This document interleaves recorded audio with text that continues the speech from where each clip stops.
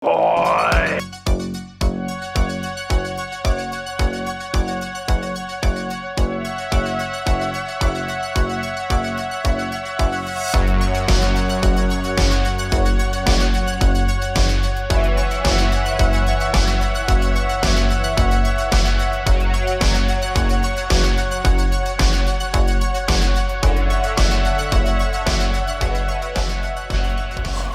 Hey, what's up guys? Welcome back to my channel. If you're new here, welcome to The Secret Life of Horror. My name is Danny, and I'm so glad to be back with you guys. It's been so long since I've done a haul video or any sort of sit-down video. I just posted my vlog last weekend, and so this is pretty cool to finally be able to come back and do videos again. If you've been following my channel, you can notice there's a couple of changes. I'm actually in the process of getting rid of this shelf, be getting a taller one for all of my movies, because as you can tell, they're all stacked up. And what I have for you today is even more movies. Quite a few of these do not have room yet on the shelves and everything, and so they're pretty brand new, most of them, but some of them are throughout the past year that I've not gotten to show you guys yet because I just haven't done any videos. And so it's not a whole lot. I tried to reduce all of my new ones and try to do the ones that I felt like you guys would like to see better, because I think that they're some of the best additions to my collection and some of the things that I've been wanting personally for a long time. And even some new bangers, some new really fantastic movies that have been coming out lately. And so without any further ado or monologuing, let's go ahead and jump right in.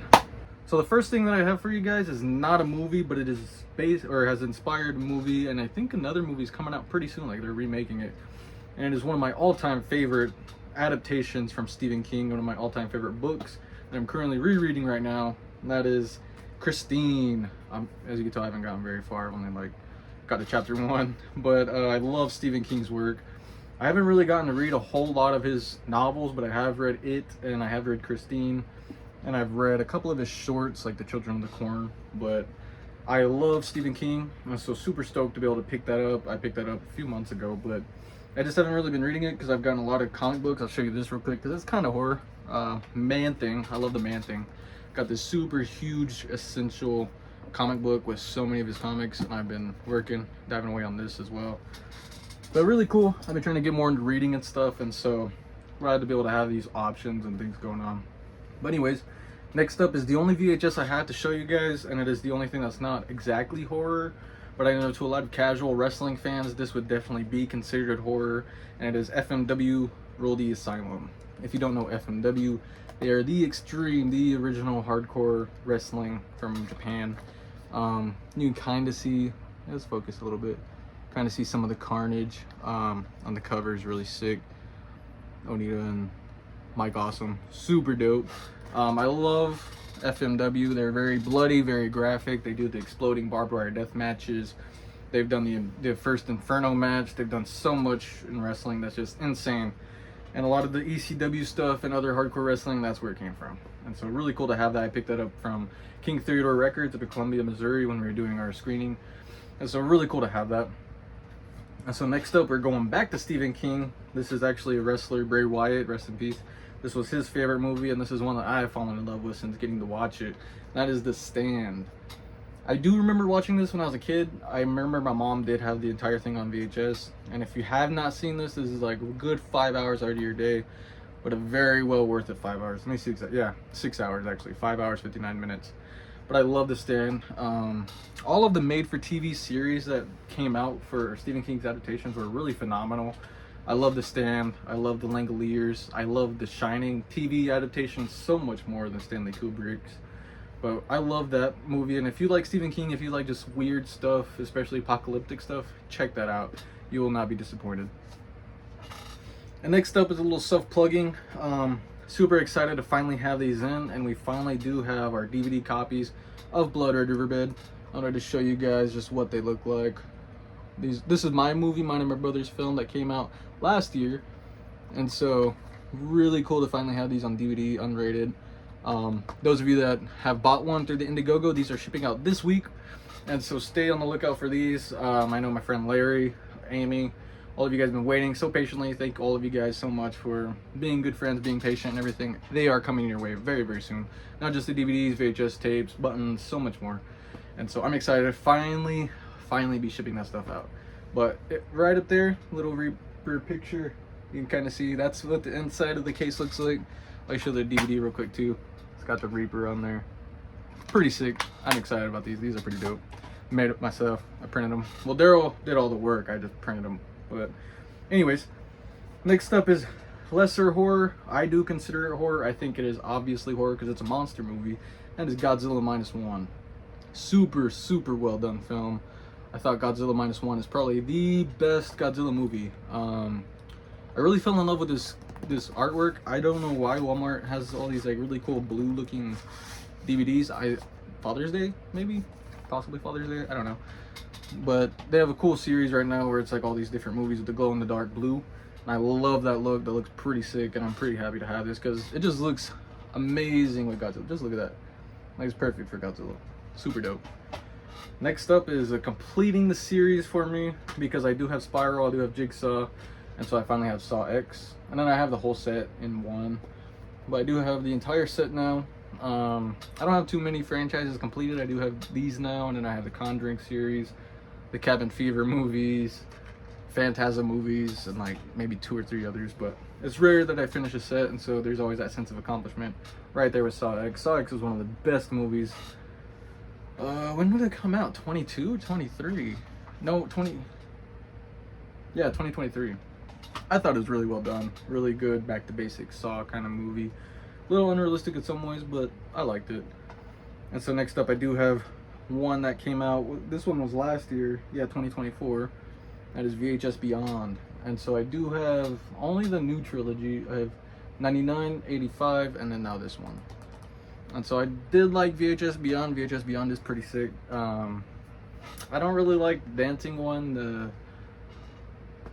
music video short, but the other shorts are pretty dope. Check that out if you haven't. It's very cool how they combine aliens in such a VHS shot on video kind of way. But anyways, next up is another movie that came out last year, and this was actually my #1 movie from last year, and that is The Substance. The Substance is a brilliant movie. Super well done. Favorite movie I've ever seen Demi Moore in. This movie just such a poetic movie about life in general, but really about aging and what it feels like, you know, for those that have had the big spotlight and been popular, famous and stuff, and they're slowly fading out of that, simply due to age or simply to do with things outside of your control. And so I do love the way that they bring this film to life, and especially the practical effects. I love the practical effects so much, and if you haven't seen The Substance, do yourself a favor and watch it, because it really was the movie of last year for me. I've watched this movie probably like 20 times now since I got this DVD.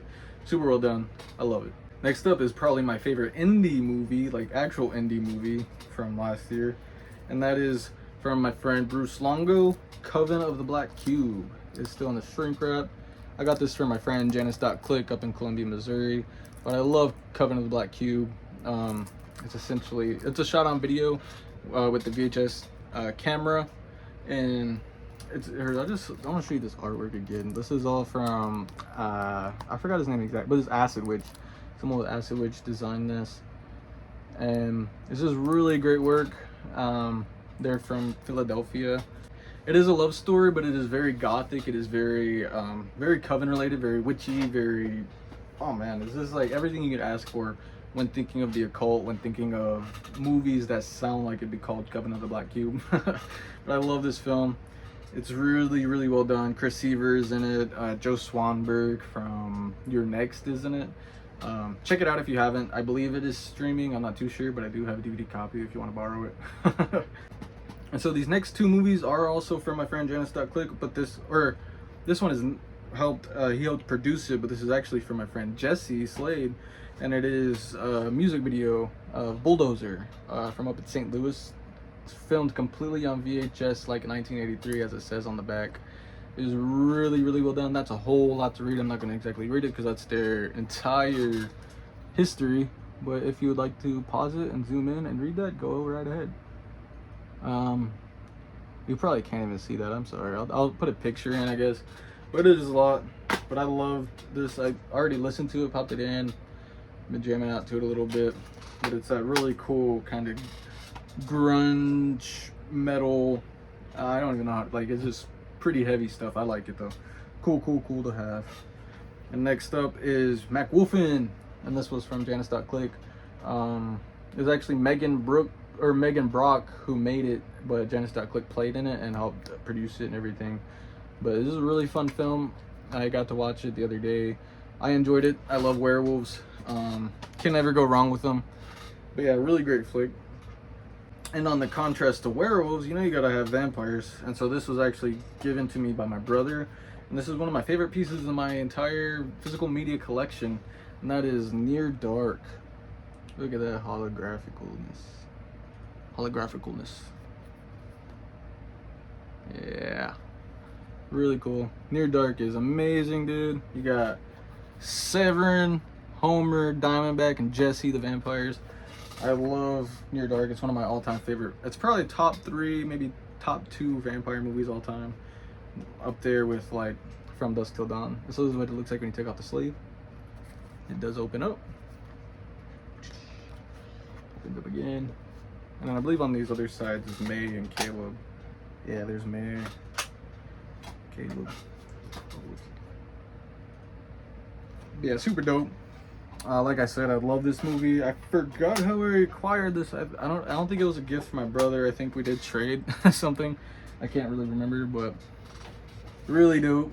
I love Near Dark, and this is one of the grails in my collection now, and so I'm super stoked to have this. And next up are also gifts from a good friend and one of our crewmates with Miracle of Violence, one of the people that helped us make the film, and one of the coolest guys I know. His name is William Ward. Shout out to you, buddy. And so we got the first one, and that is Cemetery Man. I did not see this movie until I got this DVD, and holy crap, man, I love this movie so much. It is very much everything I love in a horror movie. Very schlocky, very crazy, but it takes itself serious, you know. It's a pretty serious movie, but at the same time, it is a very funny movie. But I love this adaptation of zombies. It's pretty much, yeah, they're zombies. And Rupert Everett, he worked at the cemetery, and he's just fighting off all these zombies all the time. And he's just doing everyday life at the same time. So it's really cool, really fun watch. And this other one is my first ever steelbook. This is the last one here. This is my first ever steelbook in my collection.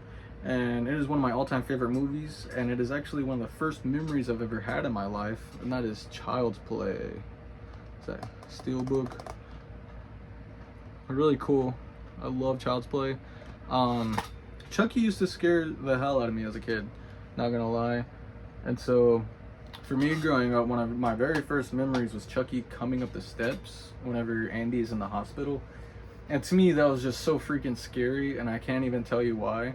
But as a kid, I would be scared anytime I was like on stairs or anything. Like, oh no, Chucky, you know, looking over and like crying and stuff.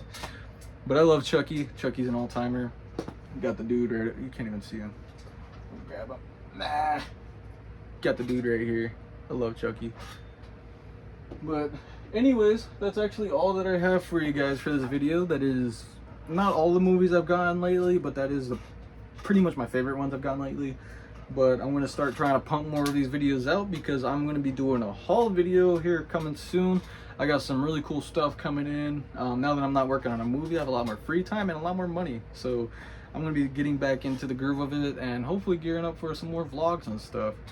But I do want to give a little shout out. Redfern Reaper Fest this last weekend was amazing. We did have a great premiere for the Miracle of Violence here in Tahlequah. Thank you to every single person that came out, supported, ate with us, and watched their movie, man. It was fantastic. It was a great event. I was busy the whole day cooking Indian tacos, but at the same time, I was checking out every now and then, watching Worm Burner and different movies and stuff. It was so fun. Fantastic event. I put in just little pictures as I'm talking about this. But anyways, thank you guys so much for watching. Thank you guys for being part of the Secret Life of Horror. And I'll see you guys in the next video.